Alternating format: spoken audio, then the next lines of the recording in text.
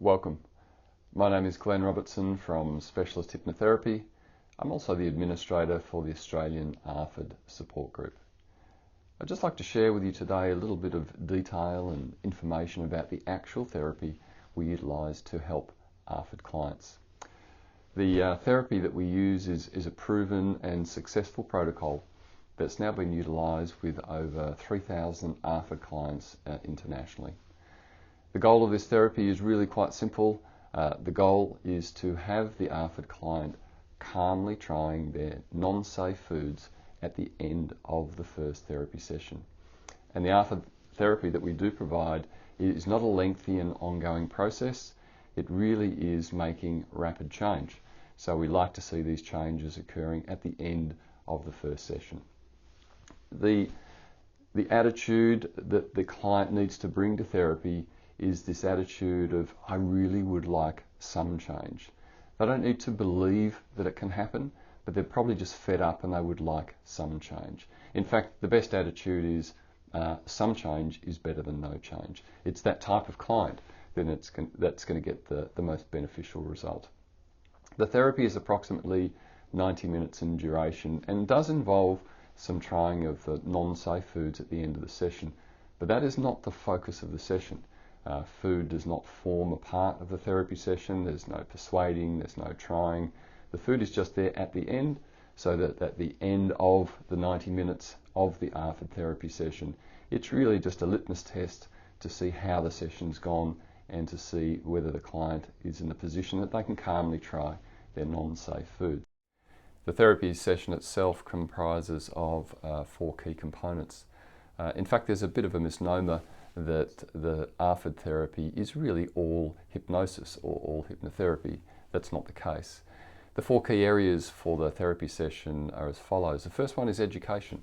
It's really sharing with the ARFID sufferer what are the triggers of ARFID, what is ARFID, having a look behind the curtain, as it were, to give them a glimpse of what's causing the behaviour and give them an understanding of why they're behaving that way around food.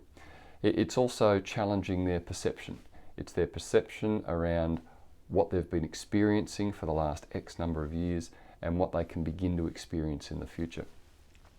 The second part is really an interesting part. It's getting in touch with the part of them that's driving the ARFID behaviour. In fact, it's getting in touch with them with this part that's driving the undesirable behaviour around food. Interestingly enough, most clients dislike this particular part of them, and it's a bit of a re-education that this part's doing it for a particular reason. And the second part of the therapy is getting them in touch with what this reason is, getting them to understand why that's happening in the body, and that's a real light bulb moment for most clients when they begin to understand what is happening inside of them. The third part of the session is really focused on consequences. It's giving the client some clarity that if their current behaviour continues, whether that is conscious or unconscious behaviour, if that behaviour continues, what is their future going to look like?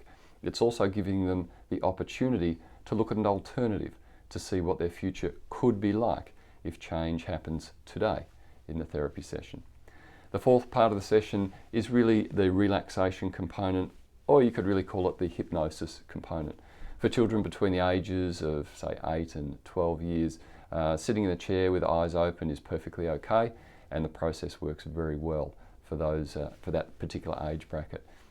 Once adolescents get to about 13 years older through into adulthood, they can close their eyes, and it's about 10 or 15 minutes, and it's just reiterating and making sure that all of the concepts that have been spoken about during the therapy session are really crystal clear to that important inner part of the client.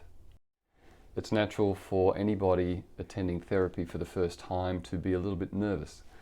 I can assure you that the ARFID therapy process is absolutely low stress.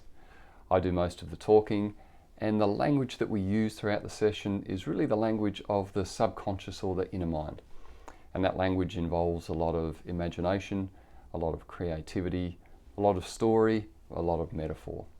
There is a component of relaxation at the end. Certainly that's only 10 or 15 minutes at the end, and as I previously mentioned, for children they can keep their eyes open, and for adults that they can just close their eyes and listen to while I chat. The ARFID therapy gives the client the opportunity to look at ARFID in a different way, to gain a new perspective on something they've been living with for many years. And when this new perspective is absorbed on a deeper level, change automatically happens. If you'd like to know more about ARFID therapy, please feel free to give me a call, contact me via phone or via email, and I'm always happy to have a chat. Thanks for listening.